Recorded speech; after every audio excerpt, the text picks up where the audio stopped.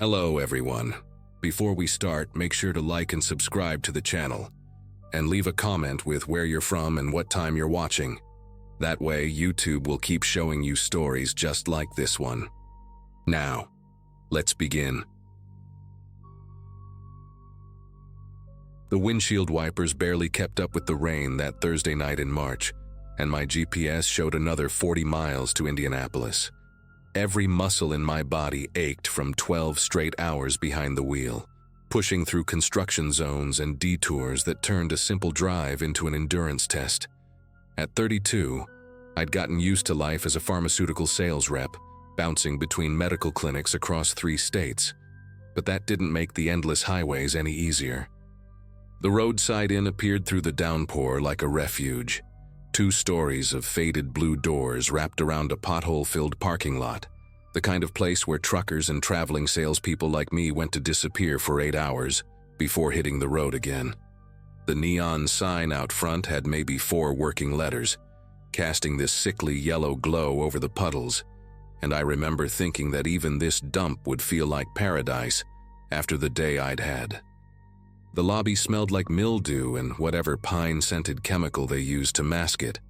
Behind the desk sat this rail-thin kid, maybe 20, with gauged ears and a face full of acne scars, scrolling through his phone with the dedication of someone who'd perfected the art of ignoring customers. He slid a key card across the counter without making eye contact. Room 214, 2nd floor, end of the hallway. Dragging my suitcase up those concrete stairs felt like climbing a mountain, each step echoing off the walls in that hollow, empty way that makes you realize nobody builds these places to last. Room 214 sat wedged between a vending machine that rattled like it was trying to escape and what looked like a maintenance closet with a water-stained "Do Not Enter" sign hanging by one piece of tape. The second I opened my door, I heard them. Voices from room 216, already raised in anger. The woman's cigarette-rough voice cut through the wall like a rusty knife, while the man's words stumbled over each other, thick with alcohol and rage. I tried to ignore them at first, focusing on peeling off my rain-soaked jacket and kicking off shoes that squelched with every step. The room was exactly what you'd expect for $59 a night. A queen bed with a comforter that had mysterious stains despite being supposedly clean, a tube TV from the 90s bolted to the dresser, and carpet that had probably been beige once but now existed in some indefinable color, between brown and gray. The arguing next door escalated while I unpacked my overnight bag, their words becoming clearer through the paper-thin walls. She kept screaming about some woman named Vanessa, accusing him of meeting her at the truck stop, while he roared back that she was paranoid and crazy. Then came the crash, something heavy hitting their wall so hard that my mirror rattled. A door slammed, and suddenly their fight spilled into the hallway, her shrieking echoing off every surface while his boots stomped back and forth on that industrial carpet. Through the peephole, I watched them in that fishbowl distortion. She was maybe 45, wearing a faded Harley-Davidson tank top that exposed arms covered in blurry tattoos, her bleached hair hanging in greasy strands around a face twisted with fury. He towered over her, this massive guy in a flannel shirt with the sleeves torn off, revealing thick arms that he kept clenching and unclenching while he swayed on his feet. She shoved him hard enough that he stumbled backward into the wall opposite their door, and that's when he noticed me watching. Not directly, but he must have sensed movement at my peephole because his bloodshot eyes snapped toward my door. I jerked back, heart hammering, and heard him say something to her about that bitch in 214 before she grabbed his arm and yanked him back toward their room. For maybe 10 minutes after their door slammed shut, I sat on the edge of my bed still fully dressed, debating whether to call down to the front desk or just try to sleep through whatever drama was unfolding next door. The relative quiet didn't last long. Around 11:30, just as I'd finally changed into pajamas and was trying to find something watchable on the ancient TV, the pounding started on my door. Not knocking, pounding, like someone trying to break through with their fist. "I know you called them," the man's voice boomed from the other side, each word soaked in bourbon or whiskey or whatever poison he'd been drinking. Open this door right now. You got no business calling nobody about me and mine." My whole body went rigid as I sat there in my oversized t-shirt and shorts, remote control clutched in my hand like some useless weapon. He kept hammering on the door, and I could see it actually flexing inward with each blow, that cheap hollow wood bending under his assault. The chain lock and deadbolt suddenly seemed laughably inadequate. "I saw you watching through your little hole, you nosy bitch. Think you're better than us? Think you can just call whoever you want?"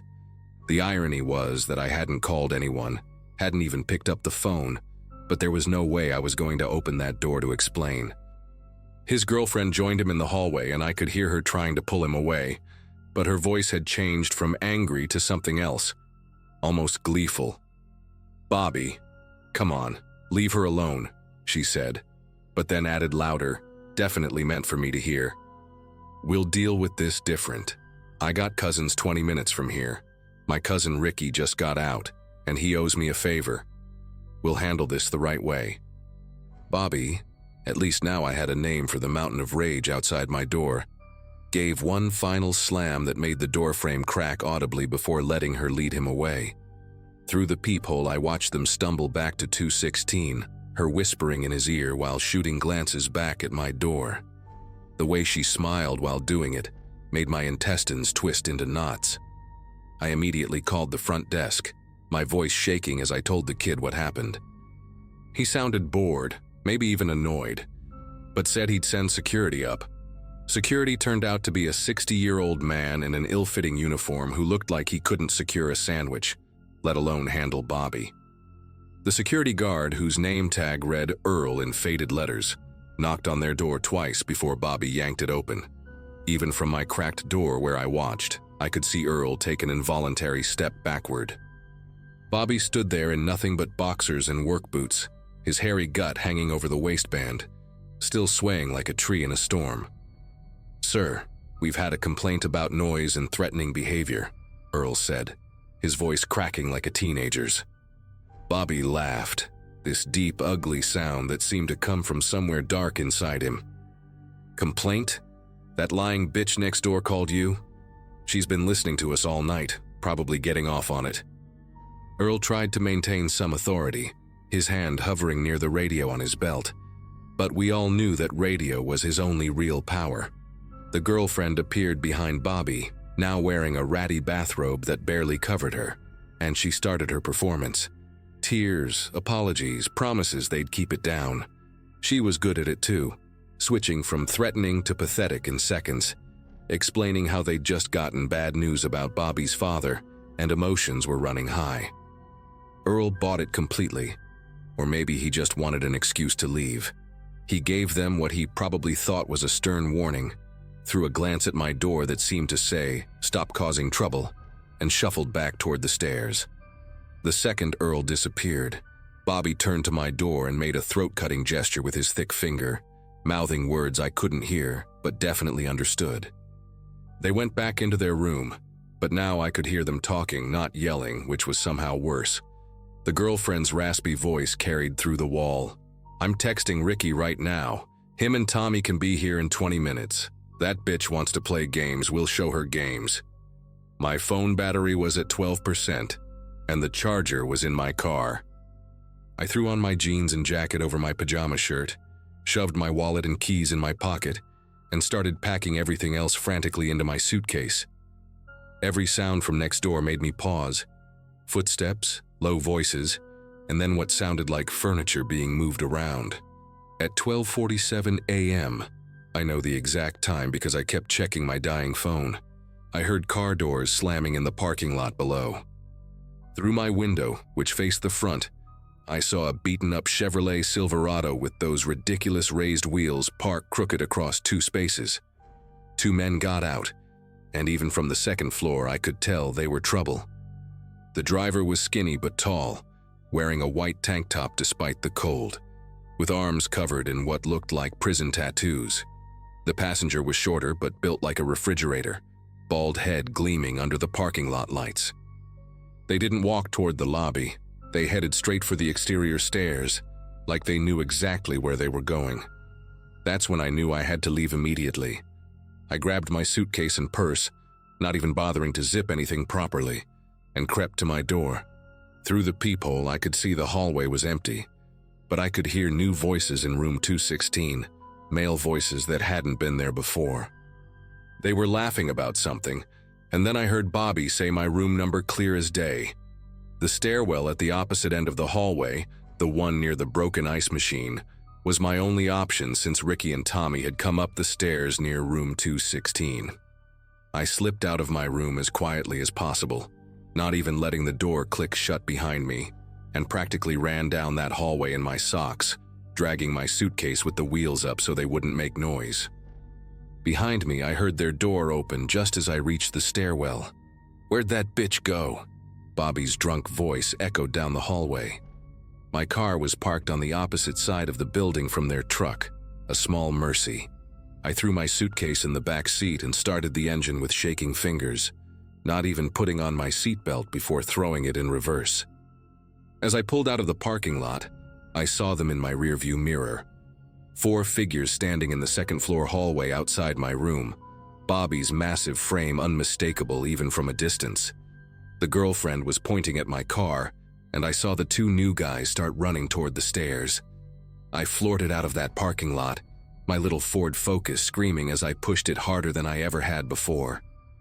The rain had stopped, but the roads were still slick, and I took the on-ramp to I-70 at probably twice the safe speed, my car fishtailing slightly before finding grip.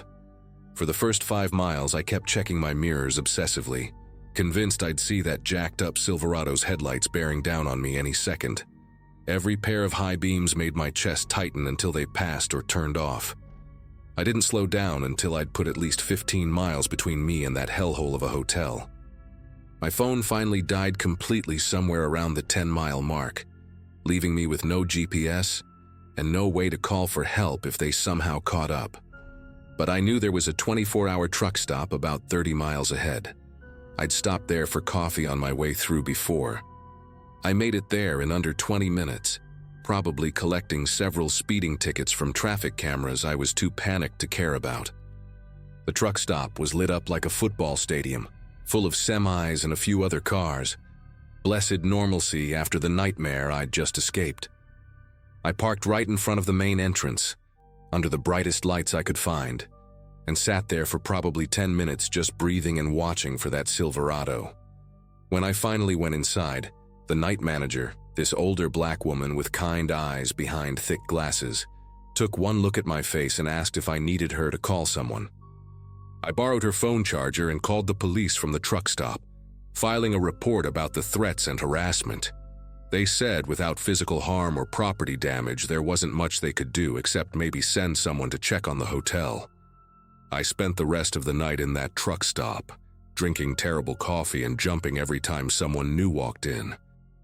Around 6 a.m., when the sun finally came up and the normal morning crowd started filing in, I felt safe enough to continue my drive. I never went back to that hotel chain again, and for months afterward, I paid extra for better hotels with actual security and proper doors. Sometimes I still wonder what would have happened if I hadn't seen that truck pull up, if I'd waited even 5 more minutes to leave.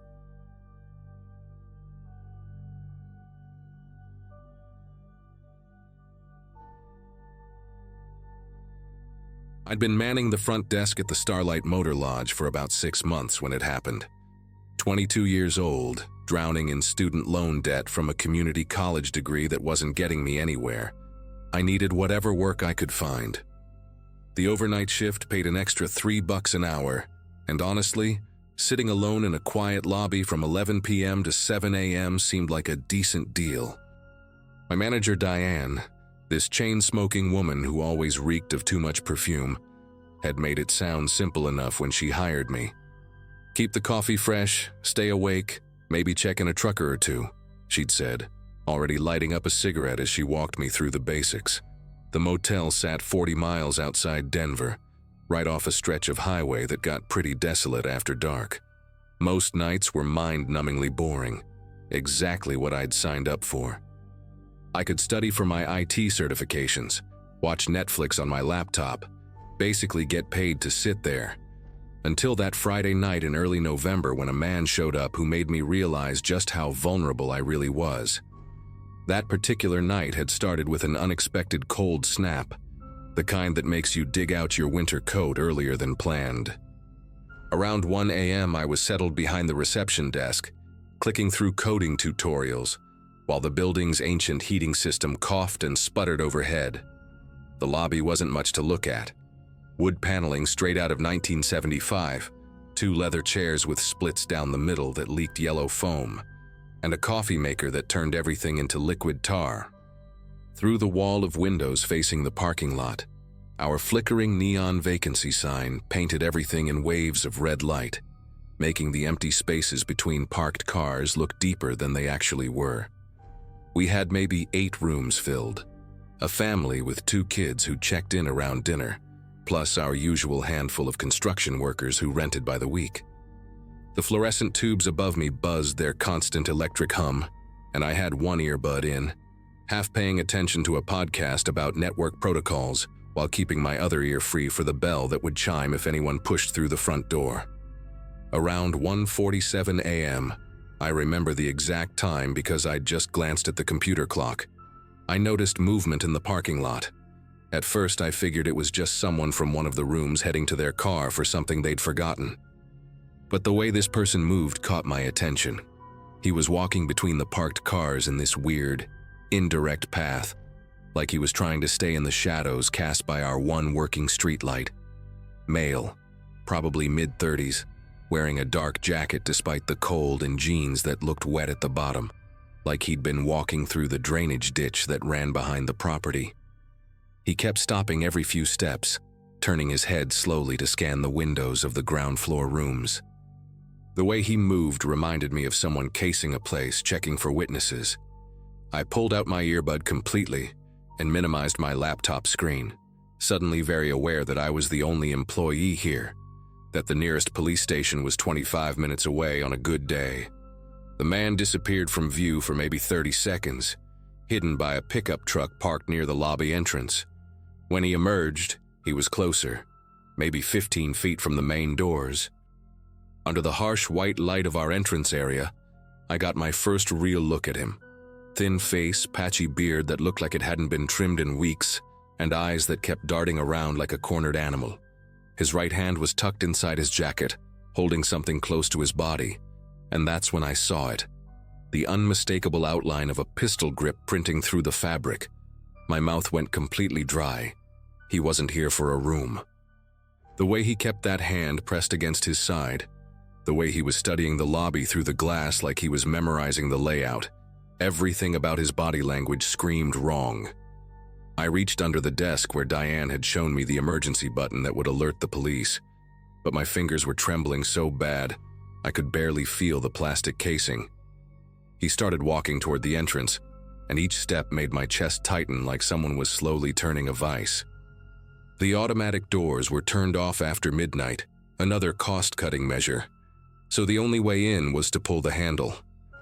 I watched him reach for it with his left hand, the right still buried in that jacket, still gripping whatever he had in there. The handle rattled as he tugged, and thank God, thank everything holy, I'd actually remembered to lock it at midnight like I was supposed to. His face changed when the door didn't budge, morphing from focused determination to this flash of pure rage that made my whole body go rigid. He yanked harder, making the glass shake in its frame, and that's when he looked directly at me. Not through me, not past me, at me, like he'd known I was there all along and had just been pretending not to notice. He pressed his face against the glass, leaving fog marks with his breath, and mouthed something I couldn't understand. Then he pulled the gun partially out of his jacket, just enough so I could see the black metal, and pointed at the door lock with his other hand. I knew exactly what he wanted, and every instinct in my body was screaming at me to run, to get out through the back office, to put as much distance between me and that door as possible. But I couldn't move. It was like my legs had turned into concrete pillars, keeping me frozen behind that desk, while this man stood 3 inches of glass away from me with a weapon. He started pounding on the door with his free hand, hard enough that the impact echoed through the empty lobby. "Open up!" he shouted, his voice muffled but still clear enough to hear the desperation in it. "I know you're in there, just open the door." His breath was coming out in these big white clouds that spread across the glass, and I could see spit flying from his mouth as he yelled. Behind him, the parking lot was completely still. No headlights on the highway. No one stepping out for a smoke, just him and me and that door between us. My hand finally found the panic button and I pressed it, held it down for the required 3 seconds that would send a silent alarm to the police station. But 3 seconds feels like 3 hours when someone's trying to break down a door to get to you. The pounding got worse, and then he did something that made every hair on my arm stand straight up. He took 3 steps back, pulled the gun completely out of his jacket, and aimed it directly at the lock mechanism. I hit the floor behind the desk so fast I scraped both knees on the rough carpet, just as the first shot rang out. The sound was incredible, not like in movies where it's this controlled pop, but a crushing explosion that seemed to shake the entire building. Glass didn't shatter everywhere like I expected. Instead, there was just this perfect hole surrounded by a spider web of cracks right where the lock had been. I heard him pulling at the door again, cursing when it still wouldn't open. The deadbolt at the top was still engaged, the one I'd flipped out of habit even though Diane always said one lock was enough. From my position on the floor, I could see under the desk to where his feet were shuffling outside, kicking at the bottom of the door frame like he was trying to force it off its track. Then came the second shot, aimed higher, and this time a chunk of glass did fall, scattering across the lobby floor in pieces that caught the red neon light like broken rubies. I army crawled toward the back office, my phone in my pocket pressing hard against my hip, remembering suddenly that I had it, that I could call 911 myself instead of just hoping that silent alarm actually worked. Behind me, I heard him reaching through the hole he'd made, grunting as he tried to find the deadbolt from the inside. His arm wasn't long enough. The bolt was set too far from the door frame, and his frustrated screaming was getting louder, more unhinged. "You think you're smart," he kept shouting. "You think this is gonna stop me?" I made it to the office doorway and pulled out my phone, my fingers slipping on the screen as I tried to unlock it. Through the doorway, I could see him pulling his arm back out, and then he started shooting again. 3 more shots in rapid succession, each one punching another hole through the glass, expanding his reach. The sound of my own breathing was so loud in my ears I could barely hear the dispatcher when the call connected. 911, what's your emergency?" The woman's voice was calm, professional, everything I wasn't in that moment. I tried to speak but only managed this weird croaking sound, so I swallowed hard and forced the words out. "Starlight Motor Lodge, Highway 285. There's a man with a gun. He's shooting through the door trying to break in." I could hear myself talking too fast, words running together, but I couldn't slow down. "How many shots fired?" she asked, and I realized I'd lost count after 5. 5, maybe 6, I said, pressing myself against the office wall. "He's still here, still trying to get in." She told me units were already responding to the silent alarm, ETA 12 minutes, and those 2 numbers, 1 and 2, might as well have been infinity. Through the doorway, I could see the man had stopped shooting. He was standing perfectly still, head tilted like he was listening for something. Then he looked straight through the holes he'd made, scanning the lobby, and even though I was hidden in the office, I held my breath like he could hear me breathing from 30 feet away. What happened next still doesn't make complete sense to me. He suddenly jerked his head toward the parking lot, like someone had called his name, and took 2 quick steps backward. A pair of headlights swept across the front of the building. Someone pulling into the lot, probably a late-night trucker looking for a room. The man looked between the approaching vehicle and the destroyed door, then did something with his gun that made a clicking sound, like he was checking the chamber or maybe putting the safety back on. He turned and ran, not toward the highway like I expected, but straight into the field behind the motel, stumbling through the tall grass until the darkness swallowed him completely. The headlights belonged to a semi that parked right in front of the lobby, and this huge bearded guy climbed out, took one look at the door with its constellation of bullet holes, and immediately got back in his truck. I watched him on his phone, probably calling the cops himself while I stayed crouched in that office, unable to convince myself it was really over, that the man wasn't circling back around to try again. The police showed up in 9 minutes, not 12. 3 squad cars with lights blazing, officers spreading out across the property with flashlights and drawn weapons.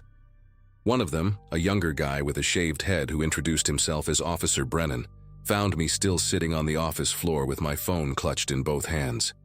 He had to tell me 3 times it was safe to come out before I actually believed him. They searched for 2 hours, brought in dogs that tracked the man's scent through the field until it disappeared at a creek about a mile away. The detective who took my statement, a woman with tired eyes who'd probably seen worse but still seemed genuinely concerned, told me the guy matched the description of someone who'd robbed 2 gas stations in the county that week. "You did everything right," she kept saying, like she knew I was replaying every second in my head, wondering what I could have done differently. They pulled security footage from our one working camera, got a partial license plate from a car that had been parked down the highway and sped off right after the shooting started. Diane showed up around 4 a.m., still in her pajamas with a coat thrown over them, and just stared at the ruined door for a full minute before asking if I was okay. I finished that shift because I didn't know what else to do, sitting in the lobby while Diane called someone to board up the door, watching the sun come up over the empty field where the man had vanished. 2 guests checked out early after seeing the bullet holes, and I couldn't blame them. I gave Diane my 2 weeks' notice that morning, and she didn't try to talk me out of it. They never caught the guy, at least not that I heard about. Sometimes I check the news from that area, looking for stories about robberies or arrests, hoping to see a mugshot that matches the face pressed against that glass. I work IT support now, boring office job with normal hours and security guards in the building, and that's exactly how I like it. But on cold nights when I'm walking to my car after working late and the parking lot is too quiet, I still find myself checking shadows between vehicles, still remember the sound of that glass cracking, the weight of those 12 minutes when I thought they'd be my last. People ask sometimes why I'm so obsessive about locking doors, why I always sit where I can see the exits, and I just tell them I'm cautious by nature. It's easier than explaining that one November night when I learned what it feels like to be hunted, to have nothing but a piece of glass and pure luck standing between you and someone who wants to hurt you.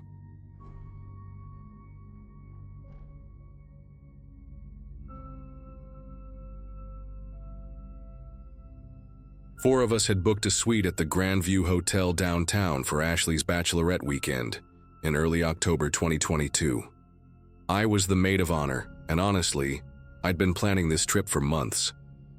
Ashley and I had been best friends since college, and the other 2 girls, Megan and Jenna, were her cousins from California.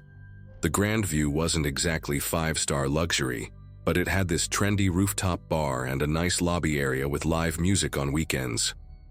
We'd gotten there Friday afternoon, dumped our bags in the room on the 8th floor, and immediately started getting ready for the night. The plan was simple: dinner at that fancy steakhouse across the street, then bar hopping until we couldn't walk straight anymore. You know how these weekends go, or at least how they're supposed to go. The lobby bar was packed when we came back around 9 that night, deciding to have a few drinks at the hotel before heading out again. There was this jazz trio playing, and the atmosphere was actually pretty great. We grabbed a table near the windows, ordered a round of cosmopolitans because Ashley insisted on being classic, and that's when we started chatting with the group at the next table. 3 guys and 2 women, all dressed like they'd come from some corporate event. They introduced themselves as consultants from Chicago, in town for a conference. The one who did most of the talking, Brandon, had this polished way about him. Expensive watch, perfect teeth, kept buying rounds for everyone. His colleague, a woman named Claire, was telling us about all the best clubs in the city, writing down addresses on cocktail napkins.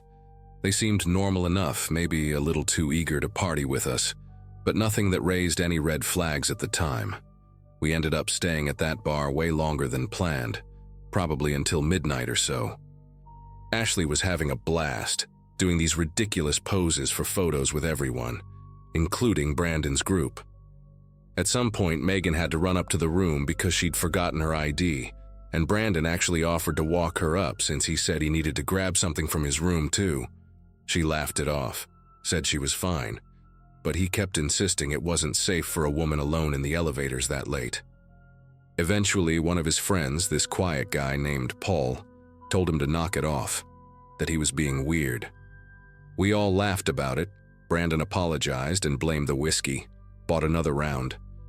But I remember noticing how he watched Megan walk to the elevators, how he knew exactly how long she was gone. 12 minutes, he mentioned it when she came back. Claire kept the conversation going, showing us pictures from their conference, but Brandon's eyes kept drifting to our table, specifically to our hands whenever we'd set down our room keys. Around 1 in the morning, Jenna was starting to fade. She's always been a lightweight, so we decided to call it a night. The consultants were still going strong, trying to convince us to hit this 24-hour karaoke place about 10 blocks away. Ashley actually wanted to go, but I played the responsible maid of honor card and said we had spa appointments in the morning, which was true. Brandon made this big show of being disappointed, gave Ashley this long hug goodbye that made me uncomfortable, his hand lingering on her lower back. Claire exchanged numbers with Megan, promising to text her about some sample sale happening that weekend. As we waited for the elevator, I noticed Brandon's group wasn't far behind us, but then they turned toward the lobby exit instead. Paul waved goodbye, and something about his expression seemed almost apologetic, like he was embarrassed by his colleagues. The elevator ride up was filled with Ashley gushing about how cool they were, especially Brandon, while I kept thinking about how he'd counted those 12 minutes. We got to our suite and basically passed out immediately, Ashley and I in one bed, Megan and Jenna in the other. The room was on the corner of the 8th floor, with windows facing both the main street and the side alley. I remember setting my phone to charge on the nightstand and noticing it was 1:47 a.m. before everything went dark. Then at 3:22 a.m., I know the exact time because I looked at my phone immediately. I woke up to this sound at our door. It wasn't knocking, more like a soft scratching, like someone was trying to slide something into the card reader. You know that electronic beep when a key card gets rejected? That's what actually woke me. Beep. Pause. Beep. Pause. Then I heard whispering, at least 2 voices, maybe 3, right outside our door. My whole body went rigid. I reached over and grabbed Ashley's arm, squeezing until she made this confused grunt, and I whispered that someone was trying to get in. The beeping stopped for maybe 30 seconds, and I started thinking maybe they'd given up. Maybe it was just drunk guests at the wrong room. Then we heard the handle jiggling, really aggressive this time, like someone was putting their weight against the door while turning it. Ashley shot up in bed, suddenly completely awake. Jenna stirred in the other bed and mumbled something about keeping it down. That's when we heard a man's voice, crystal clear through the door. "Ashley, come on, open up. You left your purse at the bar." But here's the thing. Ashley's purse was right there on the dresser. I could see it in the light from the street coming through the curtains. And the voice, it was trying to sound like Brandon, but it was different, forced, like someone imitating him. Ashley grabbed my hand so hard her nails dug into my palm. The handle jiggled again, harder, and then we heard a different voice, younger, nervous. "Maybe try the other one again." The other one? What other one? That's when real panic set in. I grabbed my phone and immediately called the front desk while Ashley shook Megan and Jenna awake. The phone rang once, twice, 3 times. Why the hell was nobody answering at the front desk of a major hotel? Finally, on the 5th ring, a tired-sounding woman picked up. I was trying to whisper but also make sure she understood the urgency. "Someone's trying to break into room 8117. They have a key card. They keep trying it.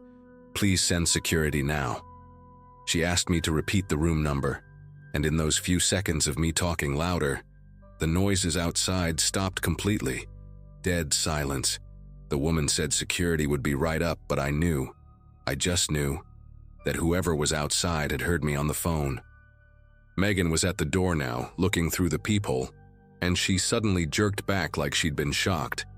"There's someone standing right there," she whispered. "He's wearing something over his face like a ski mask. Jesus Christ, he's just standing there staring at the peephole." We all huddled together on the far bed, watching the door. My phone showed 3:26 a.m. The silence stretched out for what felt like hours, but was probably only a minute. Then we heard footsteps moving away, not toward the elevators, but toward the stairwell at the end of the hall. The stairwell door made this distinctive metallic clang when it closed, the same door we'd used earlier when the elevator was taking too long. About 30 seconds after that, we heard running footsteps in the hallway, multiple people, and then aggressive knocking.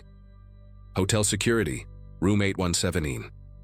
Relief flooded through me so hard I actually felt dizzy. But when I went to look through the peephole, Megan grabbed my arm. "What if it's them?" she said. "What if they're pretending?" And honestly, after what we'd just experienced, it didn't seem impossible. I called the front desk again. The same woman answered, and I asked her to confirm she'd sent security. She said yes, 2 officers, one named James and one named Kyle. I asked what they looked like and she seemed confused, but told me James was tall and bald. Kyle was shorter with a beard. When I looked through the peephole, that's exactly who was standing there, uniformed and everything. The moment we opened the door, James asked if we were all okay while Kyle was already on his radio calling for backup and asking someone to review security footage from the past hour. They had us describe everything: the voices, the keycard attempts, the man in the mask. James pulled out his phone and showed us a screenshot from the hallway camera taken just minutes before. The image made my throat close up. 3 men in dark clothes, all wearing different face coverings. One had a ski mask like Megan described, another had what looked like a bandana, and the third had some kind of Halloween mask, maybe a zombie or something. They were clustered around our door, and one was holding what James said looked like a master keycard programmer, the kind maintenance uses but smaller, definitely not something you can just buy. Kyle mentioned they'd gotten reports of similar attempts on floors 6 and 7 about 20 minutes before ours, which explained the "try the other one" comment. They weren't just randomly trying. They had a system, they had tools, and they had information about which rooms had groups of women. James asked us about the bar, if we'd talked to anyone, and my heart just sank as I described Brandon's group. I mentioned how he'd watched Megan, counted the minutes, the way he'd focused on our room keys. James and Kyle exchanged this look that told me everything. Kyle said they'd need to review lobby footage, but groups like this often worked exactly that way. The charming ones make contact, get information, maybe slip something in a drink if they get the chance, while others wait for the right moment. They'd been seeing this pattern more frequently: organized groups targeting bachelorette parties, girls' trips, any situation where women might be drinking and vulnerable. The stolen key cards were probably lifted from housekeeping carts or cloned from legitimate cards. Brandon had probably photographed our keys when we set them on the table, sent the info to someone who could make duplicates. James said we were lucky. That calling when we did probably saved us from something much worse. The men knew security was coming and had to abandon whatever they'd planned. The police arrived about 15 minutes later, 2 detectives who specialized in what they called organized predatory crimes. They had us walk through everything again, took our phones to screenshot the numbers Claire had shared with Megan, which, surprise, were already disconnected. They found footage of Brandon's group leaving through the lobby, then 3 different men entering through a side door about an hour later. Here's what really got me. The detectives said one of them was wearing the exact same expensive watch Brandon had been wearing. They weren't even different people. It was the same group. They'd just changed clothes and put on masks. Claire was probably in on it too, keeping us distracted, gathering information about where we were from, how long we were staying, if we had boyfriends or husbands who might come looking. The detectives found their conference registration, but it was all fake. The company didn't exist. The names were aliases. The credit card used for their rooms was stolen. They'd checked out electronically at 2 a.m., probably right before attempting to get into our room. We spent the rest of the night in the hotel's security office because they needed to process our room as a crime scene, dust for prints on the door handle and card reader. Around 6 a.m., they moved us to a different room on another floor, but none of us could sleep. We just sat there in silence. Occasionally, one of us would start crying and the others would huddle around. The detective, a woman named Officer Ramirez, sat with us for a while and explained that these trafficking rings were getting smarter, more organized. They don't grab women off the street anymore. They identify targets in social settings, use technology and social engineering, work in coordinated teams. She said if that masked man had managed to drag one of us to the stairwell, there were probably others waiting in a van in that side alley our room overlooked. We would have disappeared, and the fake identities meant tracking them would have been nearly impossible. Ashley hasn't had a drink since that night. Can't even walk into a hotel bar without panicking. Megan moved back in with her parents. Jenna started carrying pepper spray and a personal alarm everywhere. And me? I can't stop thinking about how friendly they seemed, how normal the whole interaction was, how we almost went to that karaoke place with them. One different decision and this story would have had a very different ending, one I probably wouldn't be here to tell.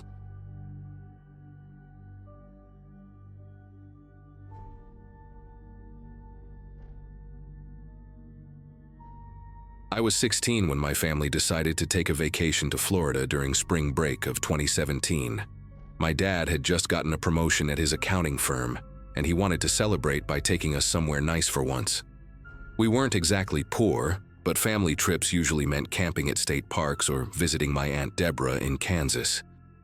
This time, he'd booked us into the Coral Bay Resort, this massive beachfront hotel in Fort Myers with 3 pools and a tiki bar that my mom couldn't stop talking about.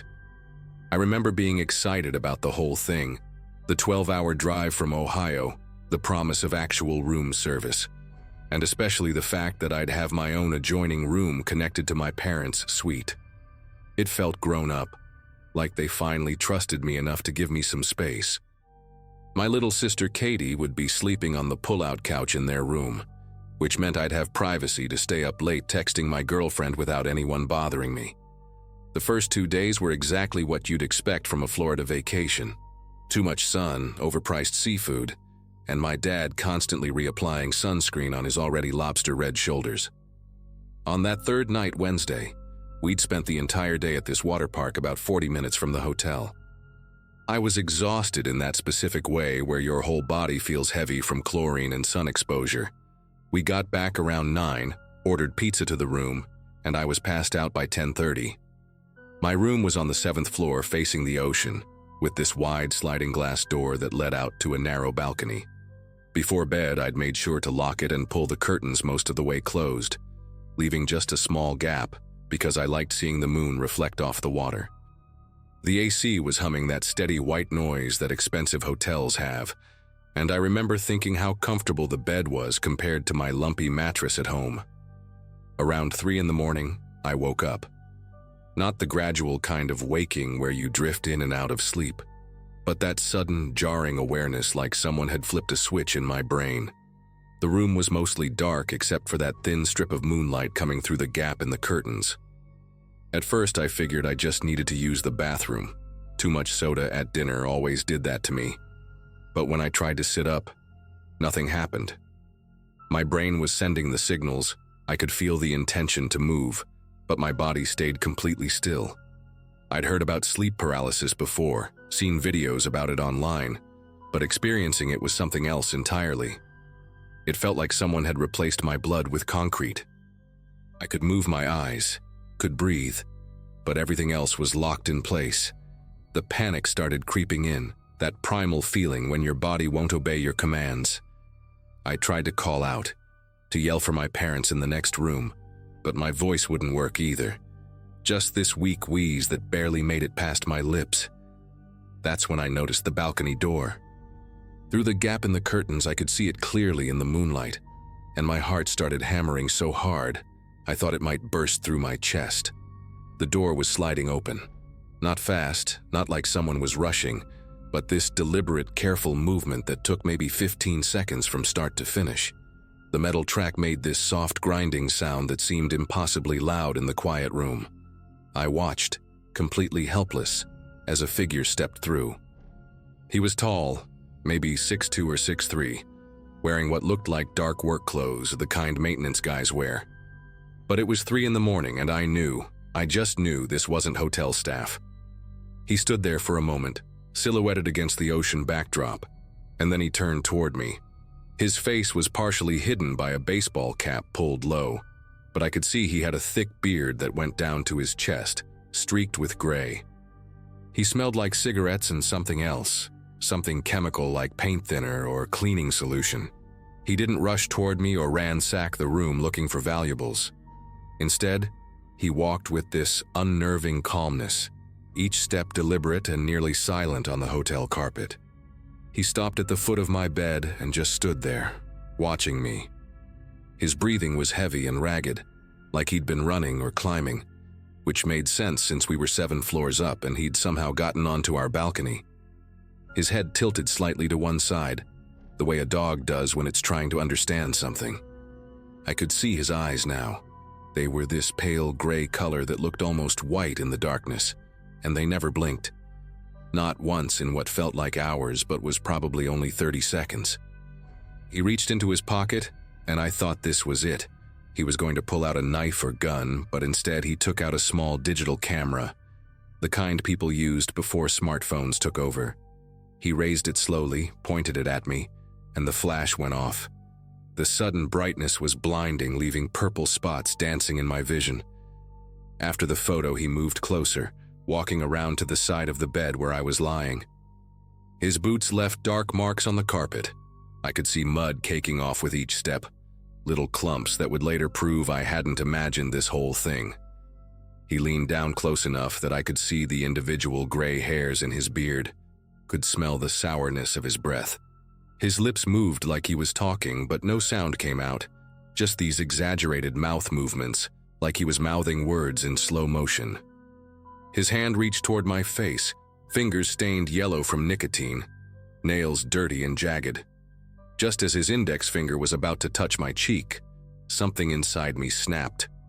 Whatever had been holding my body prisoner suddenly let go, and I screamed. Not a normal scream, but this raw, terrified sound that ripped out of my throat and probably woke up half the hotel floor. The man jerked back like I'd slapped him, his pale eyes going wide with what looked like genuine surprise. He stumbled backward, knocking into the dresser where I'd left my phone charging. The connecting door to my parents' room burst open, and my dad came charging in wearing nothing but his boxers, wielding the hotel room's iron like a weapon. He was shouting something, asking what was wrong, but his voice sounded muffled and distant, even though he was right there.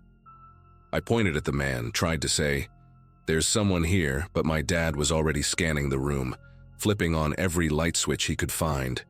The sudden brightness made me squint, and in that split second of adjustment, the intruder moved, not toward the door to the hallway like you'd expect, but back toward the balcony. He was fast for someone his size, practically diving through the sliding door. My dad ran after him, yanked the curtains fully open, and stepped out onto the balcony. I could hear him yelling, looking over the railing, checking both directions, but there was nothing. No rope, no ladder, no indication of how someone could have gotten up or down from a 7th-floor balcony. My mom and Katie crowded into the room, my sister crying and my mom's face pale with worry. She kept asking if I was hurt, checking my arms and face like she was looking for injuries. My dad came back inside, his expression a mix of confusion and anger. He wanted to believe me. I could see it in his eyes, but the logical part of his brain was struggling with the impossibility of it. That's when I remembered the mud. I pointed to the carpet, and we all looked down at the dark, wet footprints leading from the balcony door to my bed and back again. My dad's whole demeanor changed. He grabbed the hotel phone and called the front desk, demanding security come up immediately. Within 10 minutes, my room was full of people. 2 security guards, the night manager, and eventually 2 police officers who looked like they'd rather be anywhere else at 4 in the morning. They took photos of the footprints, dusted the balcony door for fingerprints, and asked me to describe the man at least a dozen times. The security footage revealed something that still makes my skin prickle when I think about it. The cameras in the hallway showed nobody entering or leaving our room through the main door all night. But here's where it gets worse. The hotel had been having issues with their exterior cameras for weeks, so there was no footage of the outside of the building. One of the security guards, a younger guy named Carlos, pulled my dad aside and told him something that the manager clearly didn't want us to know. 2 other guests had reported similar incidents in the past month, always on higher floors, always involving someone entering through balcony doors that should have been impossible to access. The hotel had been quietly investigating, assuming it was either an inside job or someone with climbing equipment, but they'd found nothing. No gear left behind, no suspicious employees, no explanation for how someone could scale a smooth concrete wall 7 stories up. Carlos said they'd been telling guests it was probably nightmares or sleep disturbances, but the muddy footprints in my room were the first physical evidence anyone had documented. The police had me look through what felt like hundreds of mugshots on a tablet, local criminals and registered offenders, but I didn't recognize anyone. The man's face was burned into my memory, but it wasn't in their system. They asked about the camera, if I remembered what kind it was or if the flash had any distinctive color. All I could tell them was that it was silver and small, like the old Canon power shots everyone had in the 2000s. One officer, a woman with kind eyes named Officer Gomez, sat with me while my parents dealt with the hotel management. She told me about something called sleep paralysis episodes and how sometimes the brain can create incredibly vivid hallucinations during them. I could tell she was trying to give me an out, a way to rationalize what happened, but then she looked at those muddy footprints and shook her head. "But those are real," she said quietly, almost to herself. "Those are definitely real." She gave me her card and told me to call if I remembered anything else or if I needed to talk to someone about what happened. The hotel moved us to a different room on the 3rd floor for the rest of the night, comped our entire stay, and offered us free vacation packages that my dad refused to even look at. We packed up and left that morning, cutting our vacation short by 3 days. During the drive home, nobody really talked about it. Katie slept most of the way, and my parents kept exchanging these worried glances in the rearview mirror.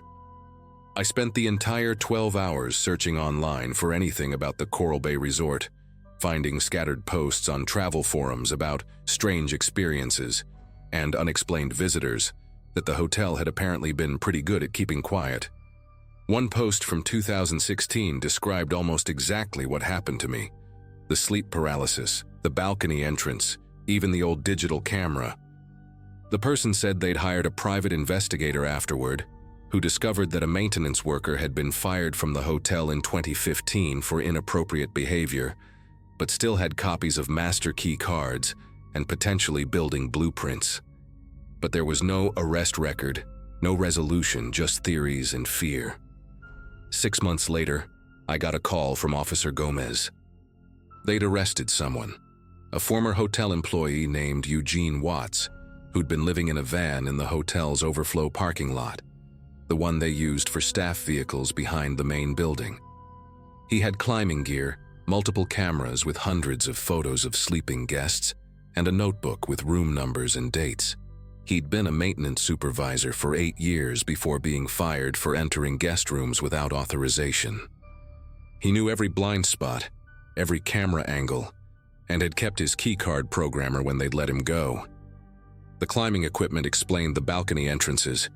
He'd been rappelling down from the roof, entering through balconies, taking photos, and then climbing back up. He'd been doing it for over 2 years. They found pictures of me on one of his cameras, that bright flash photo of me paralyzed in bed. Officer Gomez said he'd confessed to everything, claimed he just liked watching people sleep, liked the feeling of being invisible in their most vulnerable moments. He got 15 years. I still can't sleep in hotels without checking the balcony door 3 times and pushing a chair against it. And sometimes I wake up at 3 in the morning, my body tense, waiting for the sound of sliding glass.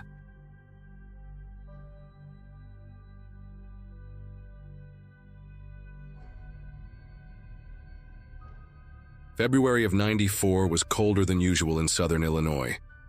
The kind of cold that seeps through your jacket no matter how many layers you wear. I was 43 then, working homicide for a small department, right where Interstate 64 cuts through miles of nothing but truck stops and budget motels. That Tuesday morning started with black coffee and a stack of paperwork until the phone rang around 12:30. Dead woman at the Blue Moon Inn, one of those places where you pay cash and the clerk barely looks up from his newspaper.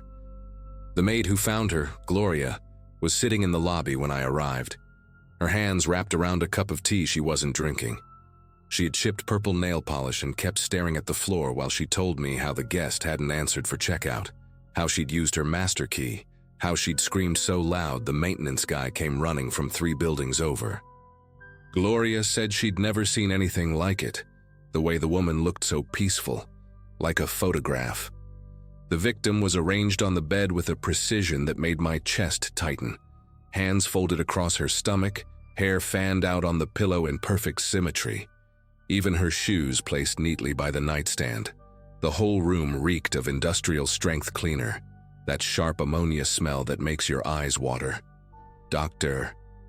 Hutchinson, our medical examiner who always kept peppermint gum in his coat pocket, spent 3 hours going over the scene. No fingerprints except the victim's, no DNA evidence, no signs of struggle. The killer had wiped down every surface, doorknobs, light switches, faucets, even the TV remote. Hutchinson found faint ligature marks on her neck, so subtle they were almost invisible. Something soft had been used, maybe a silk scarf or fabric belt, and whoever did it had taken it with them. Based on liver temperature and rigor, she'd been dead since Sunday night. But the Do Not Disturb sign had bought the killer almost 40 hours before discovery. Her name was Lisa Thornton, 34, traveling alone from Michigan to visit her sister in Texas. She checked in Saturday afternoon, paid for 2 nights in cash, and the clerk, an older guy named Frank who chewed tobacco and watched game shows all day, said she'd seemed normal, maybe a little tired from driving. Her car, a blue sedan with Michigan plates, was still in the parking lot with her suitcase in the trunk, untouched. Nothing valuable was missing from the room. Her purse still had $80 and credit cards inside.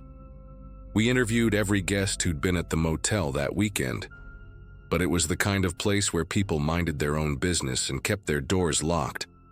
Nobody heard anything unusual Sunday night. The couple in the room next door had been arguing about money, loud enough that 2 other guests complained, but they swore they never heard anything from Lisa's room. The killer had been quiet, controlled, invisible. 6 weeks later, I got a call from a detective in Kentucky, right across the river. They'd found a woman at the Sunset Lodge just off I-64, about 90 miles east of our crime scene.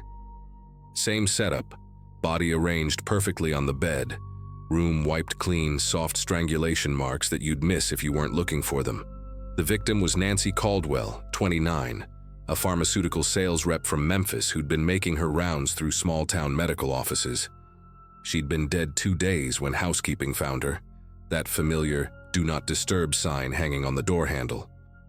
The detective, a guy named Garrett with a thick accent and a habit of clicking his pen while he talked, said their forensics team couldn't find anything useful. The killer had even wiped down the toilet handle and the inside doorknob, places most people wouldn't think about. We started comparing notes, and the similarities made my skin prickle. Both women traveling alone, both staying at cheap motels right off the interstate, both killed on Sunday nights. The third body turned up in early May, this time in Missouri. The Gateway Rest Stop, another budget motel that had seen better days, with peeling paint and a flickering neon sign missing half its letters. Rebecca Dalton, 41, a divorced real estate agent heading to a conference in St. Louis. Same Sunday night death, same meticulous crime scene, same invisible killer. By then, Garrett and I had brought in the FBI, and they sent 2 agents who looked like they'd stepped out of a recruiting poster.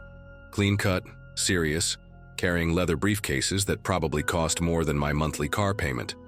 They set up a task force, created a geographic profile, analyzed traffic patterns along I-64. The corridor was perfect for someone who didn't want to be remembered. Hundreds of miles of identical motels, exhausted travelers who just wanted a bed for the night, desk clerks who'd seen too much to care about another face passing through. We pulled registration records from dozens of motels, looking for someone who'd been at all 3 locations around the time of the murders. The pattern held through summer and into fall. Julie Hoffman in Indiana, strangled on a Sunday night at the Traveler's Rest. Carolyn Pierce at the Highway Haven near Evansville. Each time, the killer got better at being invisible. They started varying the days between discovery, sometimes leaving the sign up for 3 days, sometimes just 1. But always that same careful positioning of the body, always that obsessive cleaning of the scene. I'd lie awake thinking about him, and I was sure it was a him. Something about the strength needed for the strangulation, the height required to position the bodies just so. He had to be someone who looked completely ordinary, someone who could walk through a motel lobby without anyone giving him a second glance. Maybe a salesman with a regular route, maybe a trucker, maybe just someone who liked driving that stretch of highway, hunting. We interviewed hundreds of people that year. Motel employees, regular guests, truckers who ran that route weekly, sales reps who covered the territory. I remember this one guy, Walter Briggs, who sold medical supplies and had been within 50 miles of 3 of the murders. He was nervous during questioning, sweating through his white shirt, hands trembling as he showed us his receipts. Turned out he was having an affair and thought his wife had hired us. Another suspect was a night shift worker named Howard, who delivered newspapers to several of the motels. He had these pale gray eyes that never seemed to blink, and he knew every back road and shortcut along the interstate. We watched him for 2 months, but his alibi for the Kentucky murder was solid. He'd been in the hospital getting his appendix removed. The FBI profiler, a woman named Agent Morse who wore her hair in a tight bun and took notes in shorthand, said we were looking for someone with above-average intelligence, possibly military or law enforcement background, someone who understood evidence and crime scenes. The worst part was talking to the families. Lisa Thornton's sister drove up from Texas, a small woman with the same red hair, who kept asking if Lisa had suffered. I told her it had been quick, which was probably true, but I couldn't tell her that her sister had been positioned like a doll, that someone had taken their time arranging her body after she was gone. Rebecca Dalton's teenage son, tall and awkward with braces, stood in my office without saying a word, while his grandmother explained they just wanted to know why. Julie Hoffman's husband broke down completely, said they'd been trying to have kids, that she'd been driving to see a fertility specialist. These weren't random victims to their families. They were real people with plans and hopes and favorite songs on the radio. But to the killer, they were just opportunities, women alone in the wrong place at the wrong time, perfect for whatever sick ritual he was performing. By December of '94, we had 6 bodies and no solid leads. The task force was meeting every week in a conference room that smelled like burnt coffee and frustration. We had a map on the wall with red pins for each murder, trying to find a pattern beyond the obvious. The murders were spaced out geographically, but all within a 300-mile stretch of I-64. The FBI brought in a computer expert who ran algorithms trying to predict the next location, but the killer wasn't following any mathematical logic we could find. Then we caught what we thought was a break. A desk clerk at a motel in Effingham, a young kid named Justin who was working nights to pay for college, called in about a guest who'd made him uncomfortable. The man had requested a room at the far end of the building, paid cash, and had been very particular about not wanting housekeeping. He'd been carrying a small black duffel bag and wearing maintenance-type clothes, the kind of generic blue work shirt that wouldn't stand out anywhere. Justin had noticed him because the guy had come back to the desk around midnight to buy a vending machine snack, and his hands had been red and raw, like he'd been scrubbing them repeatedly. The man had paid for the chips with exact change, counting out the coins carefully, and Justin said there was something mechanical about his movements, like he was concentrating on appearing normal. We rushed to the motel, but the guest had already checked out early that morning, leaving the room spotless. And I mean spotless. The cleaning staff said it looked like no one had even stayed there. The bed was made with military precision, the bathroom smelled of bleach, even the carpet had been vacuumed in perfect lines. We dusted for prints but found nothing. The registration card had a fake name and address, and the license plate Justin had written down belonged to a car that had been junked 2 years earlier. We staked out the motel for the next 3 Sundays, but he never came back. The 7th victim was discovered in January '95, but something was different this time. Angela Foster, 37, was found at the Riverside Inn near Vincennes, but she'd fought back. There were defensive wounds on her hands, skin under her fingernails, and the room showed signs of a struggle. A lamp knocked over, the curtains torn partially off the rod. The killer had still managed to clean most of the scene, but in his hurry, he'd left something behind. A partial footprint in blood near the bathroom door, size 10 work boot, common brand sold everywhere. More importantly, Angela had managed to scratch him deep enough to draw blood. We got DNA from under her nails, ran it through every database we had access to, but no matches. He wasn't in the system. The medical examiner said Angela had almost gotten away. There were bruises indicating she'd made it to the door before he caught her. She'd been a fighter, a personal trainer from Louisville who probably had more strength than he'd expected. After Angela, the murders stopped.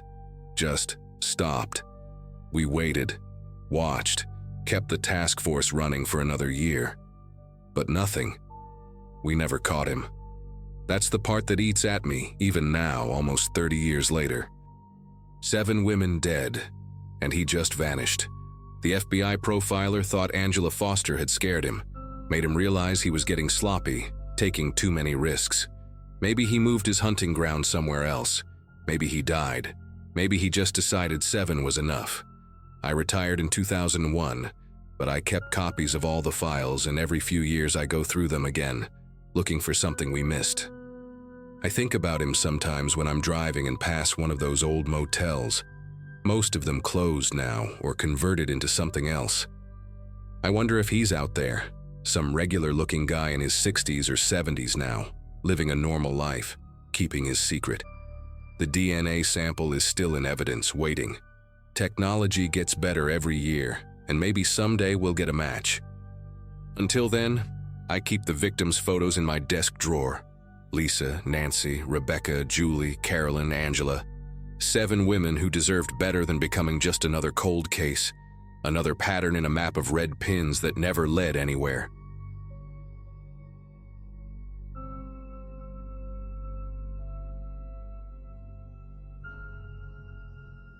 The GPS kept recalculating as I searched for the Crossroads Inn somewhere outside Columbus, my eyes barely staying open after 12 hours behind the wheel. I'd left Philadelphia around noon after a client meeting that ran way too long, and now at nearly midnight, every mile felt like torture. I'm a regional sales manager for a medical equipment company. Basically means I live in hotels and conference rooms, shaking hands and explaining why our MRI machines are worth the investment. At 34, I'd gotten pretty good at the nomad lifestyle. Knew which rest stops had decent coffee, which hotel chains had the firmest mattresses. But that particular Wednesday in late September was testing every ounce of patience I had left. My phone showed 11:47 p.m. when I finally spotted the faded sign through the drizzle that had started somewhere around Wheeling. Just needed a bed, a shower, maybe some vending machine dinner if I could stay awake long enough to eat it. The kid at the front desk looked half asleep himself, couldn't have been more than 20, wearing a polyester vest that was 2 sizes too big.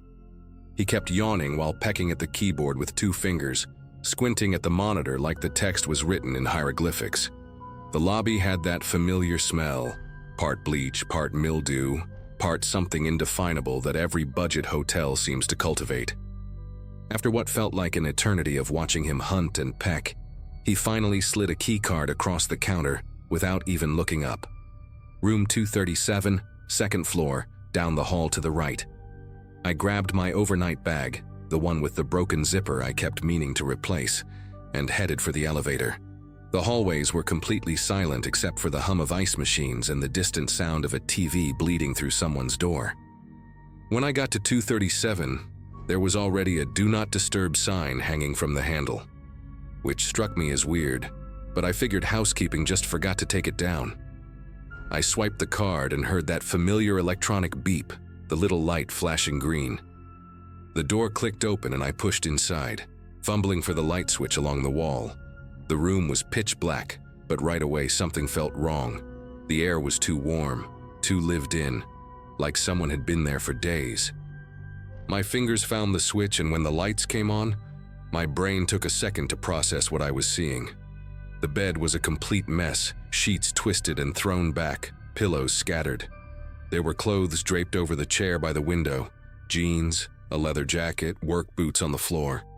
A half-eaten pizza sat in an open box on the desk, and the TV was paused on some action movie I didn't recognize. Empty beer bottles lined the nightstand, and there was an open suitcase on the luggage rack with clothes spilling out of it. This wasn't a room waiting for me. Someone was already here. Had been here for a while by the looks of it. Before I could even think about backing out, I heard the bathroom door creak. The sound made every muscle in my body tense up, that primitive part of your brain screaming that you're somewhere you shouldn't be. A man stepped out, massive guy, probably 6'4", wearing nothing but boxers and a white undershirt that barely contained his barrel chest. His face was already red, veins standing out on his neck, eyes narrowed to slits. He had that look of someone who'd been drinking but wasn't quite drunk, that dangerous middle ground where anger comes easy. "What the hell are you doing in my room?" His voice was low, gravelly, the kind that probably sounded threatening even when he was ordering coffee. He took a step forward and I instinctively stepped back, my bag hitting the door frame behind me. The key card was still in my hand, and I held it up like some kind of pathetic shield, trying to explain about the front desk, the mix-up, how I was just given this room number. "Get out. Get out right now, or I'm calling the cops." He reached for something on the dresser, his phone, and I saw his hands were covered in old tattoos, the kind that blur at the edges, probably done decades ago. But then he stopped, stared at me harder, and his expression changed from angry to something else, something worse. "Wait a minute. You're not just lost, are you? You've been watching me. I've seen you before, downstairs in the parking lot." I had no idea what he was talking about, tried to tell him I'd just arrived, just checked in 5 minutes ago, but he wasn't listening anymore. He moved closer, close enough that I could smell the beer on his breath mixed with something sharp, like menthol cigarettes. "You think I'm stupid? Think I don't notice when someone's casing my room?" His hand went to the dresser again, but this time he grabbed something else, a folding knife that he flipped open with practiced ease. The hallway behind me suddenly felt like the safest place in the world, and I stumbled backward through the doorway, my bag catching on the frame and spilling open. My laptop, folders, phone charger, everything scattered across the worn carpet. "I'm calling the front desk right now," I managed to say, my voice coming out higher than normal, already pulling out my phone. But he followed me into the hallway, still in his underwear, not caring who might see. "Yeah, you do that. Tell them how you broke into my room. Tell them how you've been following me." Other doors started opening. An elderly woman in curlers peeked out from 235. A younger couple emerged from 239, all of them staring at this scene unfolding. The man was getting louder, angrier, waving the knife as he talked, accusing me of things that made no sense. Said I'd been in the hotel bar earlier, that I'd asked the bartender about him, that I'd followed him from some casino downtown. None of it was true, but he believed every word he was saying, completely convinced I was there to rob him, or worse. I kept backing down the hallway, trying to dial the front desk while keeping an eye on him. My fingers were trembling so bad I could barely hit the right numbers. The elderly woman had already slammed her door shut, but the couple was frozen, the guy recording everything on his phone while his girlfriend tugged at his arm. The big man kept advancing, ranting about how he had cash in his room, how he knew people like me, how he wasn't going to be a victim. "Sir, please, just call the front desk yourself," I pleaded, but it was like talking to a wall. He suddenly lunged forward, not quite attacking, but close enough that I dropped my phone. It clattered on the floor and slid under a housekeeping cart someone had left in the hallway. When I bent down to grab it, he must have thought I was reaching for something else because he started yelling, "He's got a weapon! This guy's got a weapon!" even though my hands were completely empty, even though anyone could see I was just trying to get my phone back. The couple finally ran back to their room, and I heard the deadbolt slide into place. Now it was just me and him in that narrow hallway with its ugly geometric carpet and fluorescent lights that made everything look sickly green. He had me backed up against the ice machine alcove, the knife still in his hand, his face getting redder by the second. That's when I heard the elevator ding at the end of the hall. The kid from the front desk stepped out, took one look at the scene. A half-naked giant with a knife, me pressed against the wall, belongings scattered everywhere, and immediately went pale.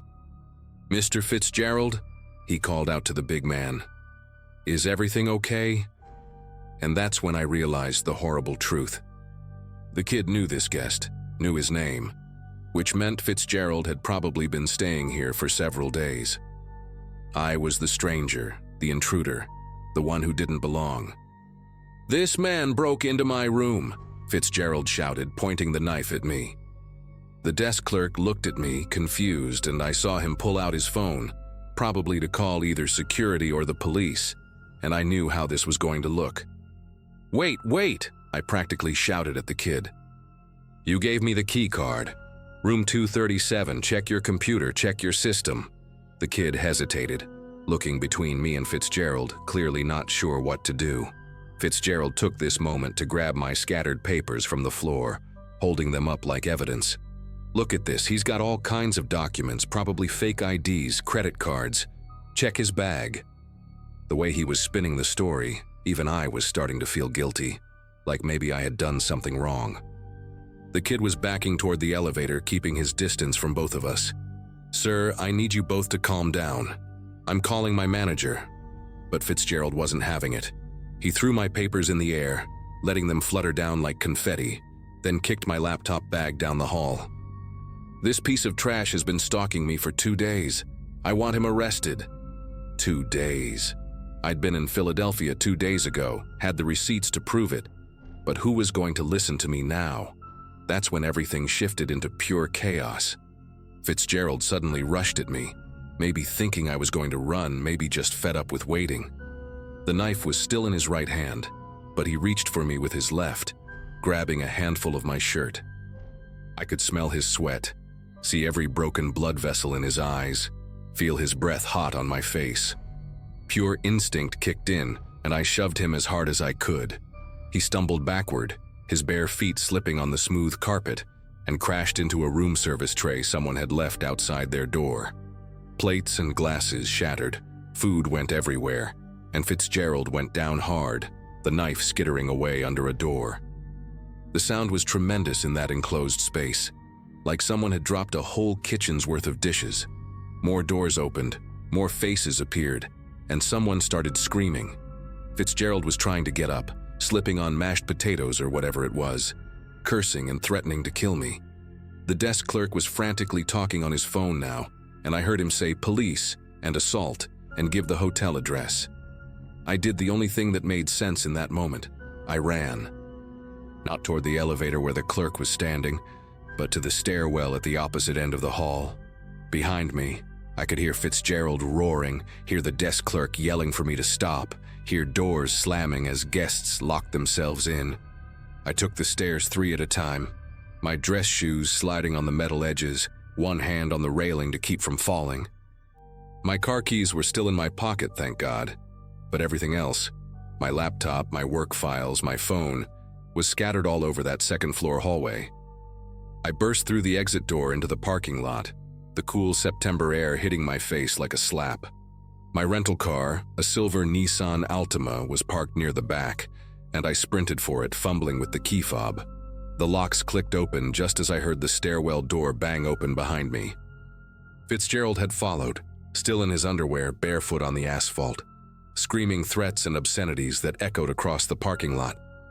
I gunned the engine and peeled out of there, watching in the rearview mirror as Fitzgerald stood in the middle of the lot, illuminated by the harsh security lights, looking like some deranged character from a nightmare.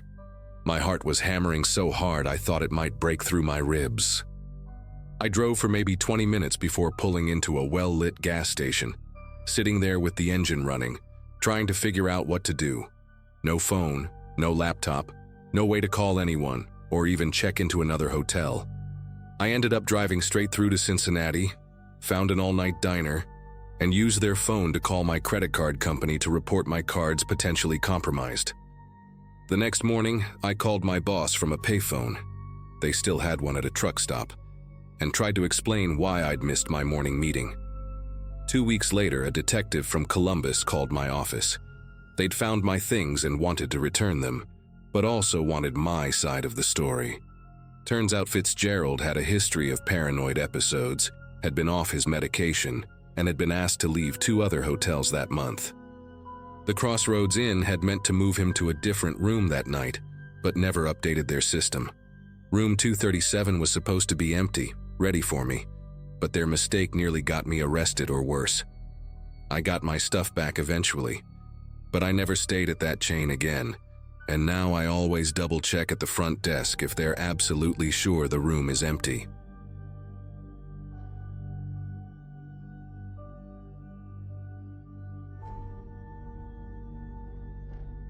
I had been on a short trip for work and decided to save money by staying at a mid-range hotel just off the highway.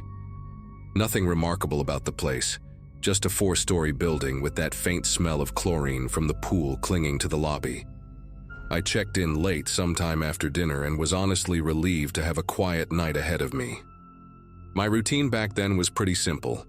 Finish my notes for the day, order something small from the vending machine, and collapse in front of the TV until I fell asleep. That night, though, I ended up outside a little longer than usual because I needed to grab a few things from my car in the back lot. Walking across the lot, I noticed a man in a dark jacket moving a few rows over. At first, I thought nothing of it. It wasn't unusual for guests to come and go. But as I unlocked my car, I realized he wasn't heading toward a vehicle. He was pacing slowly, almost in sync with me, and each time I glanced his way, he angled his face down, like he didn't want me to catch a clear look at him. My gut told me to hurry. I pulled the small bag I needed from the passenger seat, locked up and made for the side entrance that required a keycard. The second I pushed into the hallway, I heard the heavy metal door creak again behind me. Someone else had slipped in, closing the distance faster than I expected. My room was on the 3rd floor, but I didn't want to lead a stranger straight to where I'd be sleeping. Instead, I cut toward the stairwell at the end of the hall, telling myself it was just paranoia, that maybe he really was a guest. But when I hit the door and shoved it open, the stairwell felt colder, emptier, like a place you weren't supposed to linger. I hurried down toward the fire exit on the ground level, thinking I could step out, loop around the building, and come back through the front desk where staff were still awake. That plan collapsed when I hit the final landing. The red metal bar on the door should have pushed open easily, but a heavy chain wrapped around the handles outside rattled against the frame. Someone had secured it tight, as if they didn't want anyone escaping that way. The sound of footsteps above grew sharper, echoing down the stairwell, each step deliberate, closing in. I remember gripping the railing, my heart pounding louder than the thud of those approaching steps. For a split second I considered shouting, hoping someone in a nearby room might hear, but my voice caught in my throat. The air smelled faintly of dust and old paint, like no one had been down there in ages. I pressed against the chain door again, rattling it harder this time, but the links clinked like mocking laughter. Whoever chained it shut had made sure it wasn't budging. Retreating upward felt like walking into a trap, but it was the only option I had. I started back up, my shoes squeaking slightly on the concrete stairs. The footsteps above slowed, like the person had realized I had nowhere else to go. Every turn of the stairwell gave me just enough time to imagine what kind of face I'd see if I pushed through the next door. Was it a hotel employee? Another guest messing with me? Or someone who had been waiting for me since I first stepped out of my car? By the time I reached the 2nd floor, I pushed into the hallway, trying to act like I belonged there, like I hadn't just panicked in the stairwell. The corridor stretched out with patterned carpet that muffled my steps, and the hum of vending machines somewhere down the hall gave the illusion of normalcy. I glanced back, expecting to see the stairwell door open, but it stayed shut. Still, I couldn't shake the rhythm of those shoes following mine. It was burned into my ears, even if the sound had stopped. I moved quickly toward an intersecting hallway, hoping I could loop around and circle back to the lobby. Every door I passed looked the same, but my eyes kept catching on details I hadn't noticed before. A handle with deep scratches near the lock, a "Do Not Disturb" sign hanging upside down, one room with the faint sound of a television but no light seeping from the crack under the door. It was like the building itself was watching, each small imperfection standing out as I tried to convince myself I wasn't being hunted. Halfway down that hallway, I finally caught the faint reflection of movement in the glass frame of a picture on the wall. Someone was stepping out of the stairwell, careful and slow. The reflection only showed a sliver, a dark sleeve, a hand adjusting something at their side. I didn't wait to see more. I turned the corner and forced myself not to run, but my legs were shaking so badly it barely made a difference. My keycard felt slick in my pocket as I slid my fingers over it again and again, trying to keep calm until I reached the lobby. When I rounded into the main hallway, the change in lighting nearly blinded me. The lobby's glow was sharp compared to the dim corridors, and for the first time since leaving my car, I saw another person, the night clerk sitting behind the counter. I walked straight up, leaned in, and whispered that someone had followed me inside and the fire exit downstairs was chained shut. His expression shifted from confusion to alarm as he stood and grabbed the phone to call the manager. I turned to glance behind me, but the hallway I had just come from was empty. Security footage was pulled a little later. The clerk showed me the screen, grainy but clear enough. A man trailing several steps behind me in the parking lot, then slipping in through the side door.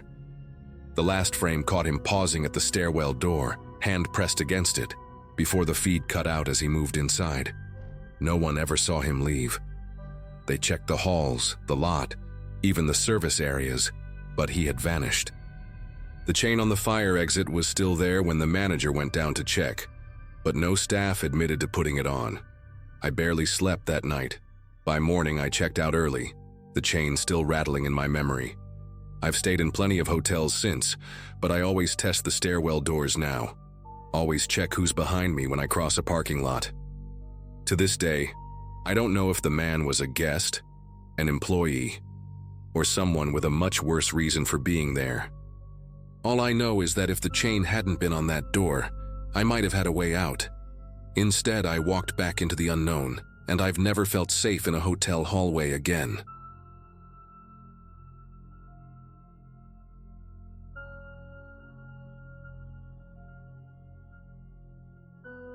There's a night from a trip a few years back that still creeps into my thoughts when I stay in hotels.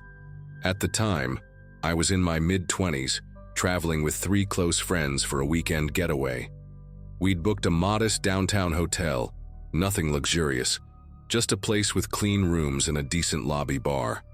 That night we'd gone out, had a few drinks, and were heading back around midnight, still laughing about random things that had happened earlier in the evening. We piled into the elevator, the 4 of us half-tired but still buzzing with that light-hearted mood. Just as the doors were about to close, a man slipped in. He was wearing a dark hoodie pulled low over his head, the strings tightened in a way that made his face hard to see. What struck me first was how he didn't say a word, not even a nod of acknowledgement, just pressed his thumb firmly on the close button like he wanted to make absolutely sure no one else got in. The ride up felt heavier than it should have. None of us spoke after he entered. I couldn't even hear him breathing, just the hum of the elevator cables and the faint rattle of the machinery.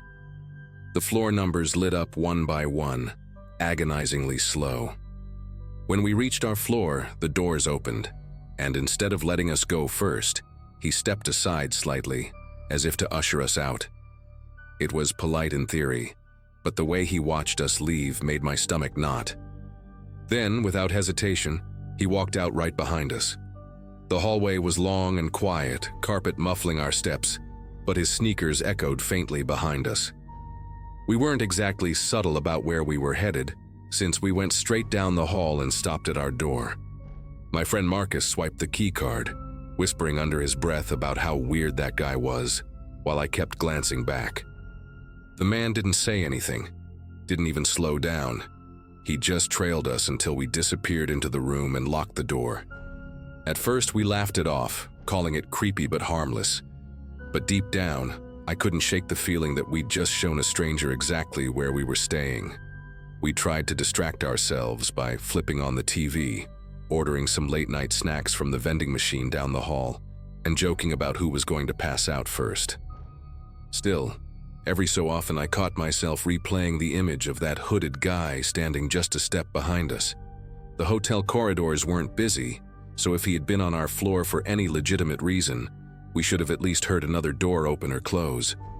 But the hallway stayed silent after we went in, which only added to the unease. Around 2 in the morning, long after the laughter had died down and the room was quiet, a sharp electronic beep cut through the silence. It was the sound of a keycard being swiped against our door. At first, I thought maybe someone had gotten lost, but then it happened again. And again, a deliberate, repeated swipe, each one followed by the soft thud of a handle being tested. My friends sat up instantly, and Marcus whispered, "That's him. It has to be." None of us moved closer to the door, but we were all wide awake, listening. The swiping went on for maybe half a minute, longer than anyone accidentally trying the wrong room. Whoever was out there wasn't drunk or confused. They were focused. The red light of a failed attempt probably kept flashing over and over, but we didn't dare peek through the peephole. We just stayed frozen in our beds, waiting for it to stop. I remember the tension in the room was so thick that even breathing felt like it could give us away. Eventually, the noise stopped, but not because hotel staff intervened or another guest came by. It ended in an abrupt silence, like whoever was outside realized it wasn't going to work and backed away. We didn't hear footsteps, though. No retreating down the hall, no elevator chime. Just that stillness pressing in from the other side of the door. I laid there with my eyes locked on the shadows stretching across the ceiling, convinced that if we made the slightest sound, the handle would start jiggling again. When daylight finally crept through the thin curtains, we realized none of us had slept more than a few scattered minutes. The fear of opening that door lingered, but eventually Marcus insisted we needed to check the hallway. He swung the door open quickly, like ripping off a bandage, while the rest of us stayed back. Nothing. The hallway looked exactly the same as the night before. Silent, empty, undisturbed. The only thing that hinted at what had happened were faint smudges around the card reader on our door, like someone had been pressing against it with more force than necessary. We went down to the front desk to ask if security had noticed anything, or if there had been reports of someone wandering the floors. The woman at the desk scrolled through her screen, frowning, and said no incidents were logged. She even suggested maybe another guest had simply confused their room. But when Marcus asked if our door had been accessed by a staff card during the night, her face tightened. She admitted the system showed no entries, not even attempts. According to their records, nobody had swiped a card on our door at all. That detail rattled me the most. We'd all heard it loud and clear over and over again in the dark. The electronic beep, the metallic click of the handle trying to turn. It wasn't something we imagined, and there were 4 of us who could vouch for it. Yet the hotel's system insisted nothing had ever happened. The front desk clerk offered to move us to a different floor, but by then we were too uneasy to spend another night there. We packed our bags and left before checkout, grabbing coffee from a drive-thru just to get out of that place faster. Even now, I still think about that hooded man in the elevator and the sound of the card reader on our door. Maybe he found a way to mask his attempts, or maybe there's something about that hotel I'll never understand. What I do know is that we gave away our exact room to a stranger, and hours later someone tried to get in. It's been years, but anytime I hear the beep of a hotel keycard, I'm instantly taken back to that long night where silence on the other side of the door felt more threatening than any noise.